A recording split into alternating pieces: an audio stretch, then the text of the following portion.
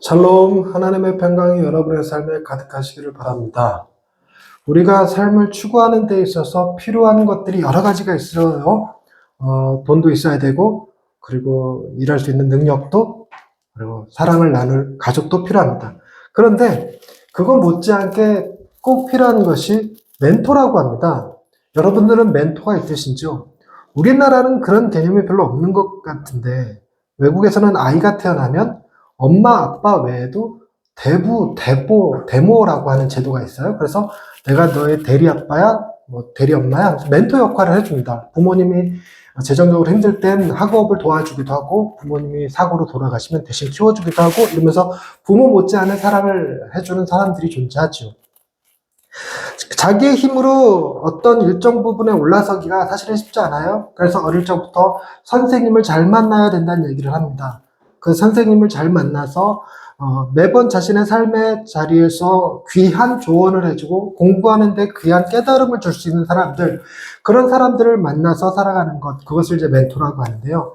저는 책 속에서 만나는 여러 멘토들이 있습니다. 활자화된 멘토라고 불리기도 하고 죽은 멘토라고도 불리기는 하는데, 믿음의 선진들 혹은 학자들이 쓴 글들을 통해서 많이 도움을 받았고, 제가 지금은 누구를 가장 큰 멘토로 여기고 있는지 혹시 맞추실 수 있습니까?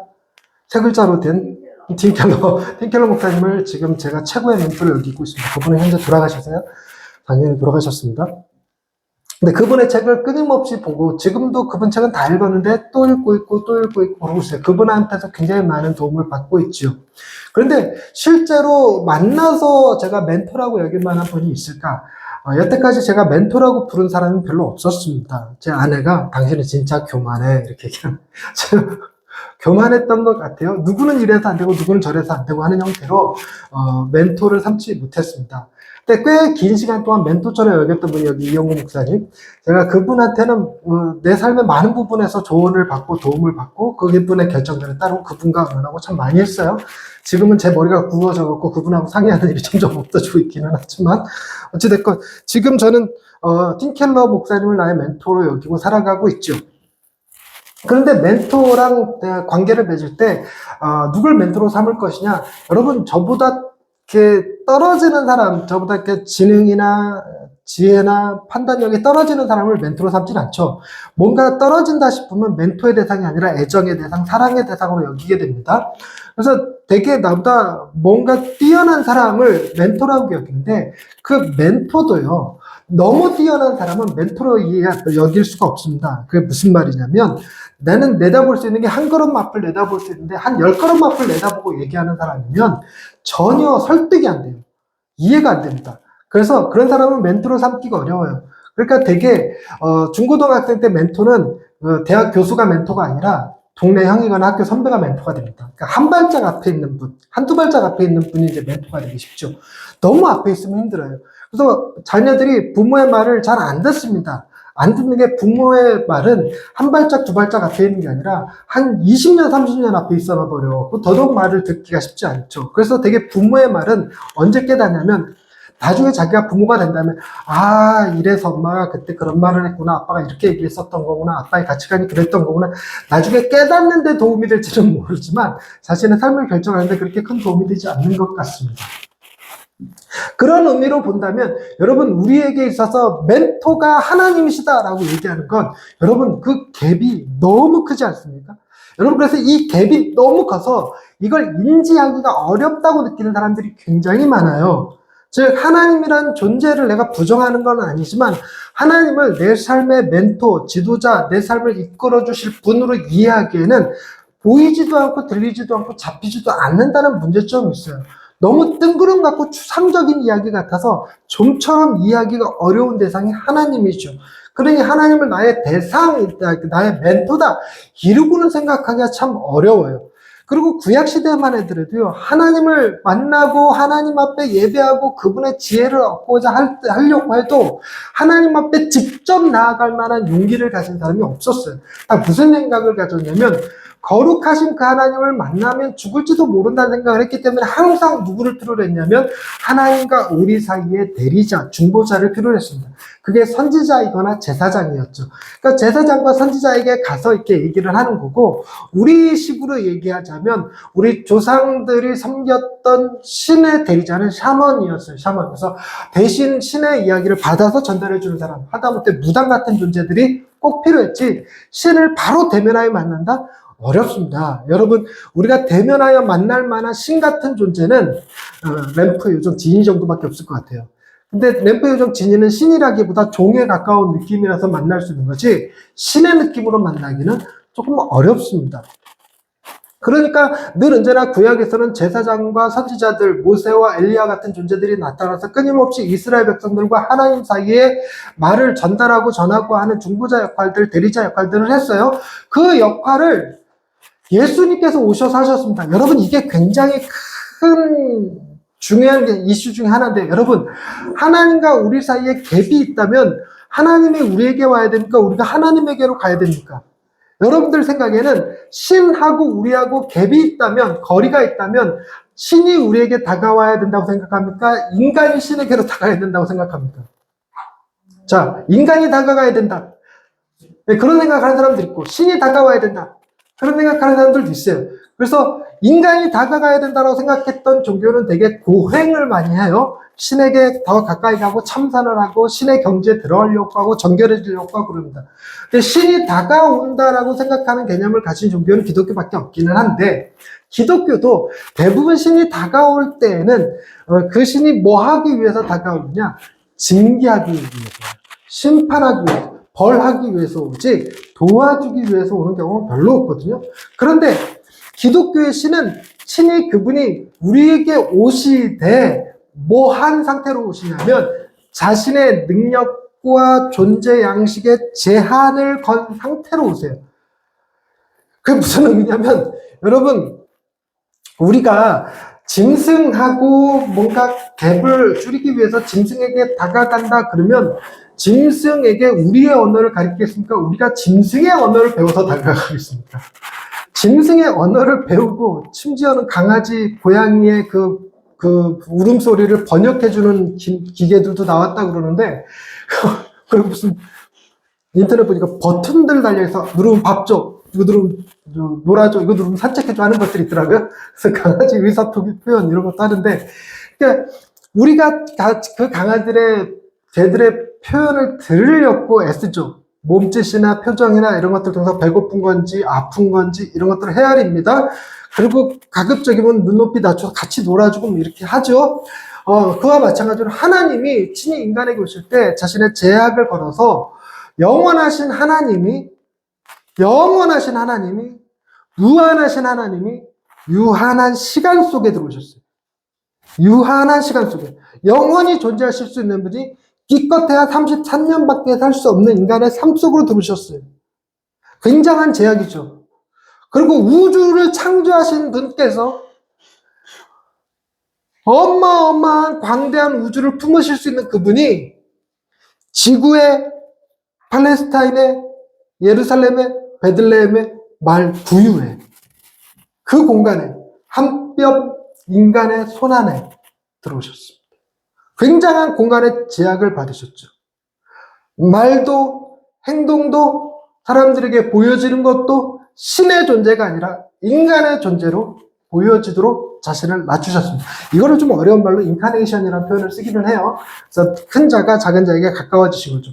도저히 하나님을 멘토로 삼아 그분의 이야기를 듣고 따르기에는 어려움이 있었던 우리에게 좀 더 친근하게 우리에게 오셔서 우리와 함께 거하며 마시며 먹으며 같은 말 같은데, 자고 이렇게 같이 대화하고 만지고 할 수 있는 존재로 오셔서 함께 거하시는 그분이라면 아무래도 제사장이나 선지자를 통해서 그 하나님께 가기보다 하나님이 친히 오셔서 인간의 모습으로 우리에게 다가오신 예수 그리스도, 그분을 나의 멘토로 삼는다면 그게 좀 더 나은 것일 수 있겠죠. 그런데요, 여러분, 우리가 똑같이 아무리 인간이라 할지라도 제가 멘토로 삼을 수 없는 존재는 저보다 한 걸음 앞에 있는 사람이 아니라 그 이상 있는 두 걸음, 세 걸음 이상 앞에 있는 사람들은 멘토로 삼기 어렵다는 얘기 하잖아요. 그와 같이 예수님이 이 땅에 오셨지만 예수님이 말씀하시는 것, 깨닫는 것, 가르치는 것이 인간의 이해를 넘어서는 것이면 좀처럼 그분을 멘토로 섬기기가 쉽지 않습니다. 그래서 예수님은 우리에게 친히 말씀하실 때 늘 언제나 비유를 들어서 설명하시고 공중의 나를 새를 봐라. 그들은 심지도 않고 거두지도 않지만 하늘 아버지께서 먹이고 입히시거늘 하물며 너희일까 보냐. 이런 지혜를 주셔요. 밭에 씨를 뿌리러 나간 자가 씨를 뿌리며 덜어는 길가에 떨어지고 덜어는 가시밭에 덜어는 도적밭에 덜어는 좋은 밭에 떨어졌느냐. 이런 비유들을 씁니다. 그런 비유들을 통해서 가르쳐 주시지만 그럼에도 불구하고 조금 어렵고 난해하죠. 부자가 천국에 들어가기가 얼마나 어려운지 낙타가 바늘기로 들어가는 것보다 더 어렵다. 여러분, 이 말은 이해되지만 낙타가 바늘기로 들어간다는 말 자체가 웃기는 것 같지 않습니까? 너무 큰 게 이만한 것에 어떻게 들어갈 거면. 그래서 못 들어가는 것보다 그랬더니 못 들어가는 것이 아니고 인간은 할 수 없지만 하나님은 다 하실 수 있다. 뭔 소리인지 또. 그러니까 주님의 가르치심이 뭔가 살이 되고 피가 되는 것 같기는 해요. 여러분 놀랍게도 예수님을 신으로 인정하지 않는 사람들조차도 산상수훈의 이야기는 인간이 역사상 기록한 글들 가운데 가장 지혜로운 글이다라고 고백하는 사람들이 꽤 많습니다. 인도의 간디 같은 사람도 산상수훈에 굉장히 영감을 많이 받았다고 그래요. 그러니까 예수님이 하신 말씀은 위대한 조언이고 굉장히 우리 삶에 꼭 필요한 이야기들입니다. 오른밤을 쳐서 왼밤을 돌려대고 우리를 가자는 자에게 심리를 가지고 원수를 축복하고 그를 위하여 기도하고 이런 거, 가난한 자들을 돌봐주고 하는 모든 것들은 우리 삶의 귀한 조언이고 멘토로 삼기에 좋지만 우리가 지금 무슨 기간을 보내고 있을까요?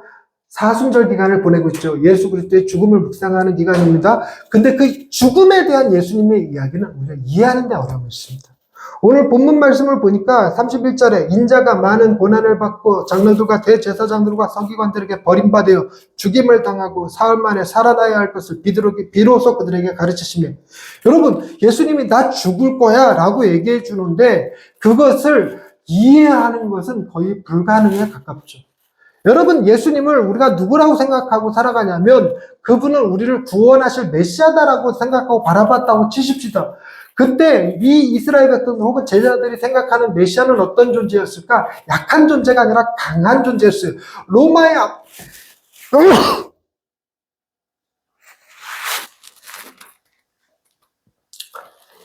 꽃 알레르기가 있나 보다.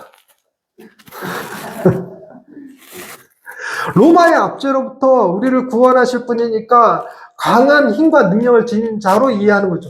아니나 다를까 예수님은 죽은 자도 살리고 바다 위를 걸으시고 오병이어로 5,000명을 먹이시니까 이분이야말로 로마에 대항할 위대한 군주가 되실 만하다. 그래서 그분이 예루살렘에 입성할 때 모든 사람들이 길에다가 옷가지를 펼쳐들고 종려나무 가지를 들고 다윗의 후손, 다윗의 왕이요 이스라엘의 왕이요 호산나를 외쳤던 바로 그 강하신 분으로 생각했었던 것이죠. 하다못해 정말 비슷한 이해를 가지고 있어서 그분이 이런 군주적인 제왕의 모습이 아니라 우리를 구원하실 구원자의 모습으로 오신다고 쳐도 여러분 자기 목숨조차 지키지 못하는 사람에게 우리의 목숨을 어떻게 맡깁니까? 그렇지 않습니까?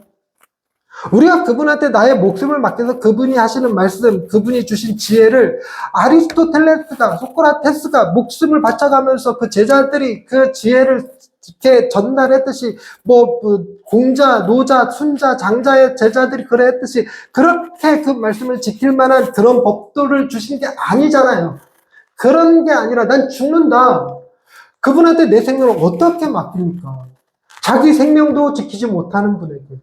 그러니까 이 말이 이해하기가 너무너무 어려웠던 거예요. 그래서 좀 용감했던 베드로가 이렇게 얘기합니다. 32절을 드러내놓고 이 말씀을 하시니 베드로가 예수를 붙들고 항변하며 여러분 그 항변하다는 말보다 조금 수준이 나오면 뭘까요? 강변하다보다 조금 수준이 나오면 뭘까요? 조언하다. 조금은 조언보다 조금 낮으면 뭘까요? 질문하다. 이 정도 되겠죠. 근데 항변하다가 이런 단어들 가운데 가장 세요. 그러니까 항변할 땐 주로 어떻게 하냐면요. 말투나 행동들이 이렇게 따지듯이, 싸우듯이, 야단치듯이 하는 걸 항변한다고 합니다. 그러니까 덤비는 거죠. 어디서 선을 넘느냐 하는, 선을 넘는 행위입니다. 그러니까 베드로가 항변을 합니다. 강하게 반응하는 거예요. 예수님이 죽는다. 그것도 정말 연약하게 사람들 손에 휘둘려서 죽는다. 살해당한다는 거잖아요. 아니, 죽은 자도 살리고 귀신도 쫓아내고 오병이의 기적도 해가시는 분께서, 풍랑과 파도도 잠잠케 하시는 분께서 한낱 그 사람들의 손에 붙들려서 죽는다고? 그것도 의로운 자의 손도 아니고 저 사악하고 간악한 저들의 손에 로마에 빌붙어서 자신의 자리만 전전긍긍하고 그거 지키려고 사람들의 피를 빨아먹고 있는 저들에게, 그들의 손에 무력하게 죽는다고? 그걸 어떻게 받아들여요? 그걸 어떻게 이해합니까? 이해할 수가 없는 거예요. 그러는데 예수님이 이걸 이해시키는 방식이 아니라 그냥 강조합니다. 그러면서 34절에 이렇게 얘기합니다. 무리와 제자들을 불러 이르실 때 누구든지 나를 따라오려거든 자기를 부인하고 자기 십자가를 지고 나를 따를 것이니라. 여러분, 뭔 말인지 모르겠어요. 자기를 부인하고 자기 십자가를 지고 나를 따르라. 뭔 말인지 모르겠지만 뭔가는 분명한 것 같은데, 그게 뭐냐면 내 자신의 뜻대로 하지 말고 라는 거죠. 자신의 뜻대로 하지 말고, 네가 생각하는 대로 하지 말고. 여러분, 이 말이요, 예수님께서 죽음에 대해서, 부활에 대해서 설명하지 않고 이렇게 얘기하시는 거에는 되게 이런 말과 비슷합니다. 제가 아이들 어릴 적에 기분 나쁠 때, 화났을 때는 아무것도 결정하는 게 아니야 라고 얘기해 줬더니 애들이 못 알아들어요. 그러면 왜 화났을 때 결정하지 않는 것이 중요한지, 인간의 심리 상태라든가 상황이라든가 나중에 후회할지도 모르는 이런 거 설명하겠습니까? 아니면 크면 알게 돼. 그러니까 여러분들도 크면 알게 돼 이렇게 얘기하죠. 대부분 여러분, 애는 어떻게 생겨? 그러면 설명해 줬습니까? 크면 알아 그랬어요. 다 크면 알아. 근데 웃긴 건 어릴 적에는 물어봐도 크면 안 물어봐. 어떻게 되는지 알지? 비슷한 느낌이에요. 예수님께서 설명해 주는 것이 아니라 일단 이해 안 돼도 무조건 너는 너를 부인하고 너의 십자가를 지고 나를 따라. 네가 이해되지 않더라도 이해하려고 하지 말고 그냥 내 말을 기억하고 있어라. 순종해라. 너 죽으라는 게 아니라 나 죽는다는 얘기하는 거니까 그냥 순종해라. 네가 이해되지 않더라도 순종하라. 여러분, 이게 쉽지 않은 게, 여러분 제자들에게 있어서 가장 큰 삶의 중심이라든가 자랑거리라든가 이게 뭐냐면 예수님이세요. 그들이 자신들의 아버지를 배에다 두고 고향을 떠나서 지금 예수님을 따라다니는 이유가 뭔데요? 예수님이 그들의 삶의 중심 축이고 리더고 그분이 인생의 전부인데, 그분이 나 죽을 거라는 말은 내가 그 모든 것을 다 잃어버린다는 걸 의미하는 겁니다. 여러분, 이게 얼마나 민망한 일이돼요. 예수님을 따르겠다고 저 식구들을 다 버리고, 가족들 다 버리고, 딸met 딸을 다 버리고 따라 나섰다가 3년 만에 아유, 우리 스승님이 저 예루살렘으로 해서 돌아다 십자가 달려 죽으시는 바람에 어쩔 수 없어서 이러고 고향에 내려오면 그게 금이 환영이겠습니까? 실패자입니까? 이것도 또라이 짓 했군 이러는 거죠. 이 시대에 비슷한 일들 많죠. 다단계 했다가 돌아오시는 분들, 이단에 빠졌다가 돌아오시는 분들, 다 그런 비슷한 실망감이 너무 큰 거예요. 그러니 그거 생각하면 정말 이게 이해할 수도 없고 용납할 수도 없는 그런 일을 주님이 말씀하시는 거죠. 그러니 그 주님을 따르는 데는 뭐가 필요하느냐? 너의 자존심, 너의 이해, 너의 판단, 너의 명예, 이 모든 것들 다 내려놔야지만 가는 거예요. 더 정확하게는 너 자신을 내려놔라. 너를 내게 줘라. 너의 생각도, 너의 삶도, 너의 환경도, 너의 방향도, 너의 살고 죽는 것까지 내가 다 결정하겠노라. 주님이 바로 그와 같이 말씀하시는 겁니다. 그러면서 주님이 이런 얘기도 하십니다. 35절에 누구든지 자기 목숨을 구원하고자 하면 잃을 것이요 누구든지 나와 복음을 위하여 자기 목숨을 잃으면 구원하리라. 니네들이 지금 죽는 것이 끝이라고 생각하지만 여러분, 예수님이 죽음만 지금 얘기한 건가요? 다시 한번 보십시다. 31절 말씀. 인자가 많은 고난을 받고 장로들과 대제사장들과 서기관들의 버림받아 죽임을 당하고 사흘 만에 살아나야 할 것을 비로소 그들에게 가르치시되, 모두 가르치셨어요?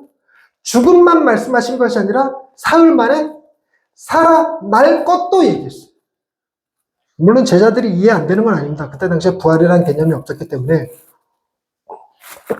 예수님이 나사로를 살리고 야이로의 딸을 살리고 했을 때도 죽은 자를 살렸다기보다 죽을 뻔한 사람 살렸다는 느낌이 강했지, 심지어 나사로가 무덤에 있다가 그걸 걸어 나왔어도 나사로가 영원히 사는 존재가 아니라 죽는 존재잖아요. 그러니까 그때 사용하는 다시 살아남과 부활의 개념은 조금 다르거든요. 근데 예수님이 이 부활의 개념을 차용해서 얘기하니까 이 제자들이 이해도 못할 뿐더러 귀에 들어오지도 않았던 거죠. 그러니까 분명히 그들의 귀에 들어오는 건 뭐밖에 없냐면 죽음밖에 없는 거예요. 죽음밖에. 근데 예수님은 분명히 죽음과 함께 무엇도 언급했다? 부활. 때 여러분 큰 소리로 여기 녹음되게 죽음과 함께 무엇도 말씀하셨다?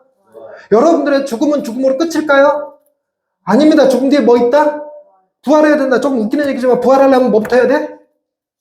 그렇지.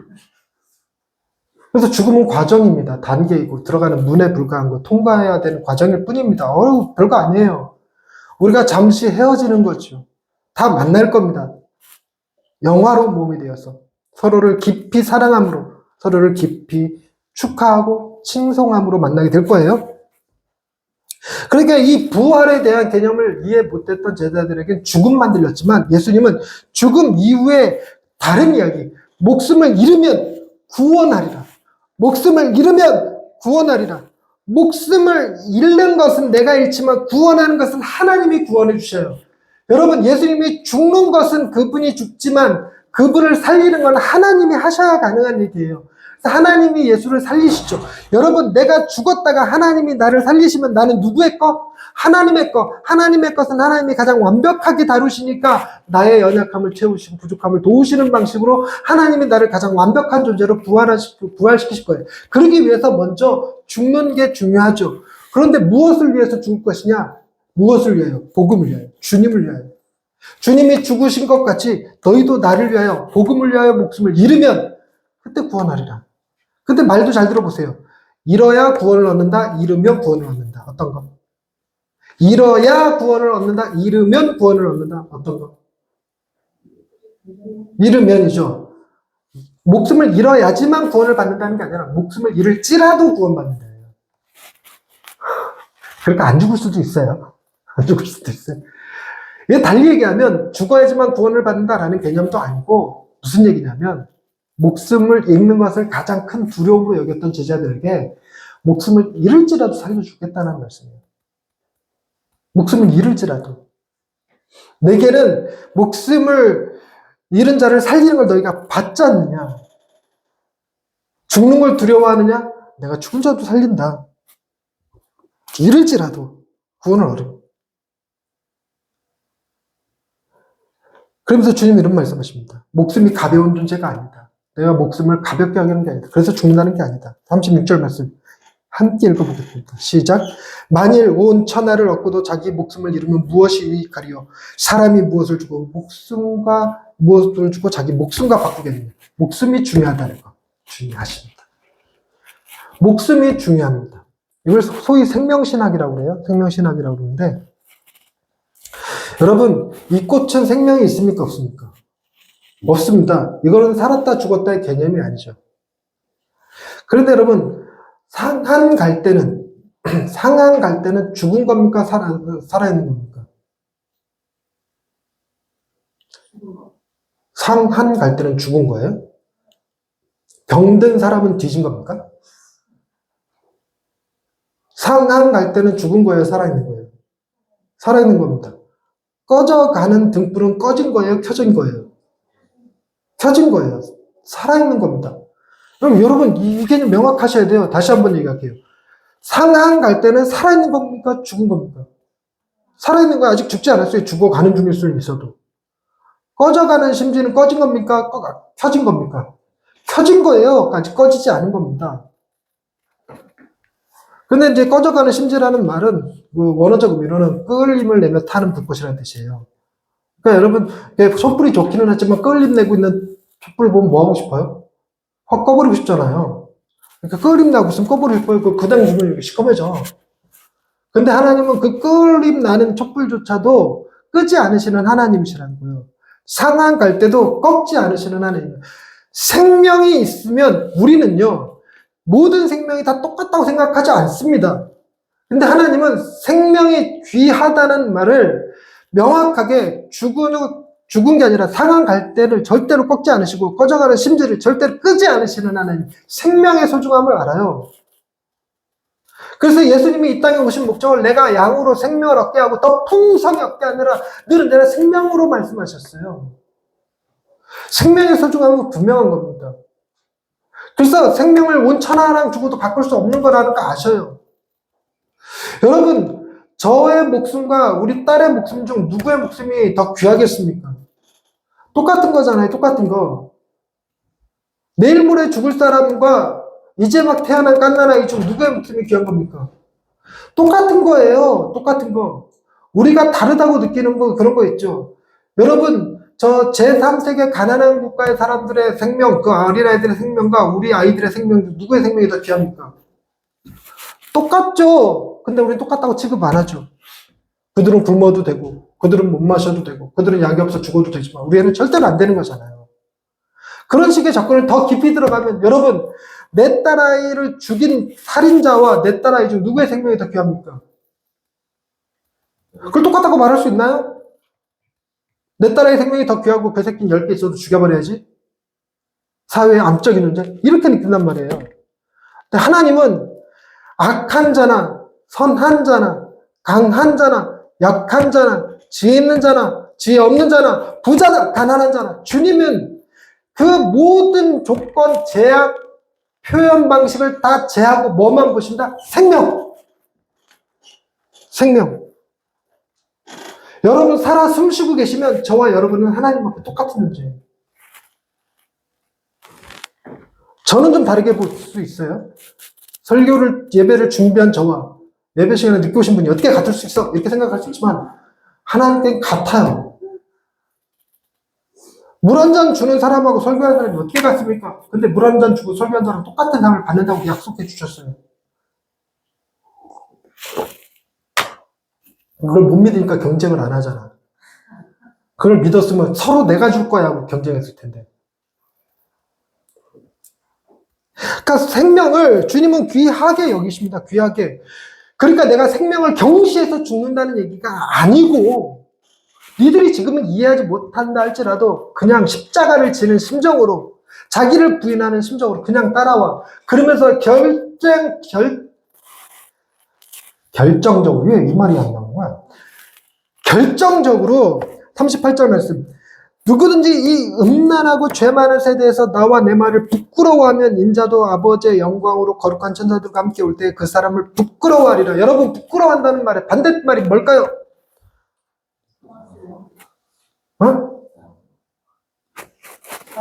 자랑스러워한다. 자랑스러워한다. 제가 어저께 뭐 보다가 알았는데 여러분 데자뷰가 뭔 뜻인지 알아요? 데자뷰? 마치 본 것만 같은 상황을 만나는 게 데자뷰잖아요. 근데 데자뷰의 반대말이 뭔지 혹시 아십니까? 나 그거 깜짝 놀랐네. 데자뷰의 반대말. 귀자대. 그래서 나는 그게 농담인 줄 알았어. 나 지금 설교 시간이잖아요. 진짜더라고. 귀자대. 그러니까 자주 보던 것인데 생소하게 느껴지는 걸 귀자대라고 한대요. 와. 부끄러워한데 반대말은 알았거든? 그런 건 아니고요. 부끄러워한다는 말은 반대말은 자랑한다입니다. 그러니까 여러분 이 말을 중간지대가 있을 거라 생각하십니까? 부끄러워하지도 않고 자랑하지도 않는 상태. 부끄러워하지도 않고 자랑하지도 않는 상태. 이런 걸 쓸 수 있어요. 애들이 우리 집을 부끄러워하지 않는다는 것은 자랑한다는 걸 의미하지 아무 말 안 한다는 걸 의미하는 게 아니에요. 아무 말 안 한다는 건 곧 부끄러워한다는 거죠. 그래서 우리 집에 누구 데리고 오지 않는 거예요. 누가 우리 집에 알까봐 걱정나는 거죠. 여러분, 예수님이 하신 말씀은 그게 굉장히 제자들로서는 부끄러워질 수밖에 없어요. 내가 3년간 예수님을 믿고 따랐는데 그 예수님이 죽는다는 거예요. 그것도 저 악한 바리새인들과 대제사장들에게 고난받고 죽는다는 거예요. 그래서 실제로 예수님이 십자가에 달려 돌아가셨을 때 엠마오로 가는 두 제자가 굉장히 상심한 채로 가잖아요. 부끄러운 거예요. 내가 그동안 예수님을 왜 따랐던 거, 예수님의 말을 왜 믿었던 거, 이 생각하게 말해야죠. 그런데 주님은 그러잖아요. 부끄러워하지 마라. 부끄러워하지 마라. 니네들 만약에 부끄러우면 나도 아버지와 천사들과 함께 올 때 너희들 부끄러워할 거야 라고 말씀하시면 말은 잊게 하셨어도요. 여러분 엠마오로 내려가는 두 제자를 주님이 회복시키셨죠. 예수님을 부인했던 베드로를 주님이 회복시키셨어요. 주님은 그렇게 우리를 사랑하셨습니다. 그분은 그분을 부끄러워하는 우리를 부끄러워하지 않으셨어요. 그분은 우리를 끝까지 사랑하셨죠. 예수님 믿는다는 것들이 더해, 교회 다닌다는 것들이 더해 라는 말을 들어서 사람들로 하여금 우리가 예수님을 욕되게 하며 살아가고 있을지라도 주님은 우리를 부끄러워하지 않으신다고요. 우리가 어디 가서 예수 믿는다는 소리 못하고 창피해서 요즘 코로나 기간에 많이들 그랬잖아요. 예수 믿는다는 소리 안 해서 기도도 그냥 이러고 식사하고 뭐 그랬잖아요. 뒤에다가 절대 그 물고기 모양 스티커 이런 거 안 붙이고 누가 교회 다니냐? 에이 마지못했어. 주일날 모임하자 그러면 주일날 일요일날 모임하자 그러면 안 가요라고 말 못하고 교회 와서 목사님 제가 이번 주에 그 회사에 일이 있어서 구라치잖아요. 그렇게 그대가 다 회사 갖고 써?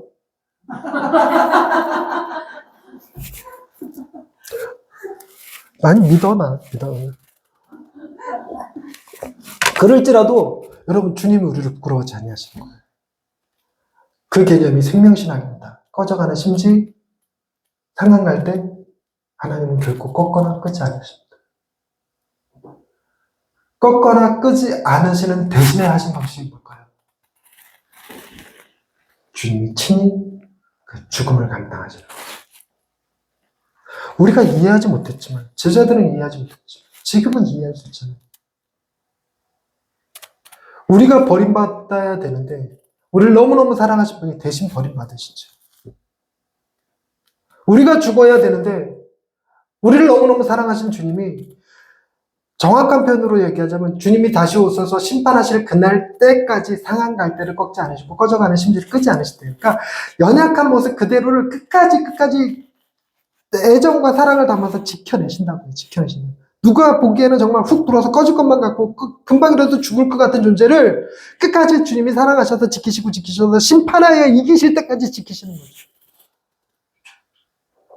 우리가 당할 모든 수모, 치욕, 죽음, 아픔, 이별, 고통 전부 다 주님이 겪으시고 그게 주님의 길이고 그러니 결코 주님은 우리가 부끄러워할 게 아닙니다. 주님이 우리를 자랑하셨듯 우리도 그분을 자랑하며 살아야 할 거예요. 주님이 우리를 사랑하셨듯 세상 사람들이 아무리 조롱하고 비난하여도 우리는 주님 한 분만을 사랑하며 살 수밖에 없는 존재로 변화시켜 주실 것입니다. 여러분, 사순절 기간입니다. 죽음의 길을 준비하고 계시죠. 죽음의 길을 걸어가실 겁니다. 그게 저와 여러분이 갔어야 할 길이고 당해야 했을 형벌을 주께서 대신 담당하신 길이었습니다. 기도하십시다. 하나님, 이 땅에 지혜자가 없어, 멘토가 없어, 자기 뜻에 소견대로 살아가는 것이 가장 올바른 지혜인 것처럼 여겨지는 시대입니다. 이런 시대에 목숨을 주어서 사람을 살리는 일이 결코 이해되거나 찬양받지 못할 일임은 아닙니다.